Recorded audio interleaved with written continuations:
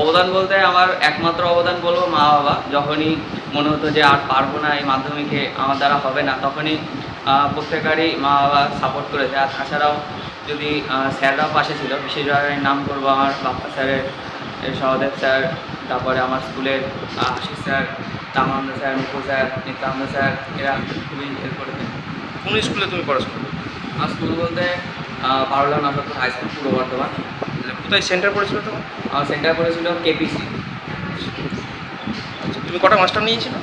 আমার private tutor প্রথম দিকে ছিল 5-6টা, কিন্তু শেষের দিকে আমি সব প্রাইভেট ছেড়ে দিয়েছিলাম, বাড়িতে পড়া শুরু করলাম। মা বলেছিল যে প্রাইভেট বেশি যেতে হবে না, এখন বাড়িতে হোম স্টাডি। এমন কোনো নির্দিষ্ট সময় ছিল না। পড়াশোনা ভালো লাগলে সারাদিন ধরেই করা যায়, আর যদি ভালো না লাগে তাহলে একদমই মন যদি না বসে তাহলে পড়তাম না। আশা করেছিলে এই নাম্বারটা না, একদমই আশা করিনি। আমি ভেবেছিলাম 680-র ওপরে উঠবে, কিন্তু এত ভালো হবে আমি একদমই আশা করিনি। কোন কোন সাবজেক্টে কত পেয়েছো সেটা কি এখনো জানা গেছে?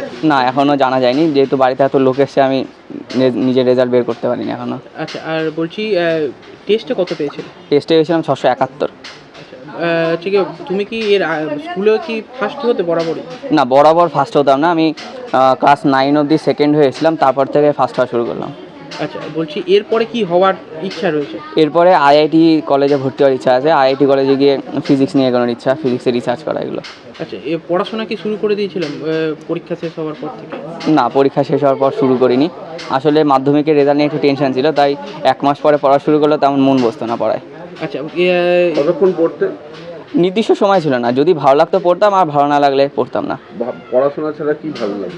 গার্ডেনিং করতে ভালো লাগে, আর এছাড়া লকডাউনের আগে গিটার বাজাতাম, কিন্তু লকডাউনের পর ওটা বন্ধ হয়ে গেছে। এমনিতে তোমার স্কুলে এরকম রেজাল্ট এই এলাকায় হয়েছে এর আগে? না, জানা নেই। হ্যাঁ, না। আচ্ছা, তোমার বাবা কি করেন? আমার বাবা দোকান রয়েছে, ওষুধের দোকান। আচ্ছা, এই সাফল্যের পিছনে সব থেকে বেশি কাকে সব থেকে বেশি অবশ্যই বলবো আমার স্যার ম্যাম, বাবা মা, স্বামী বিবেকানন্দ। এটা মানে স্বামী বিবেকানন্দ কেন বলছি, কারণ পরীক্ষার আগে তার অমৃতবাণী পড়ে আমার মনোবল আর কি বৃদ্ধি পেয়েছিল। তার জন্য আমি নিজের মনটাকে ধরে রাখতে পেরেছিলাম, পরীক্ষার জন্য উৎসাহ পেয়েছিলাম। কোন সাবজেক্ট সব থেকে ভালো লাগে? সব থেকে ভালো লাগে ফিজিক্স। ফিজিক্স। আগামী দিনে তোমার ফিজিক্স নিয়ে কি করার ইচ্ছা? ফিজিক্সে রিসার্চ করার ইচ্ছা আছে।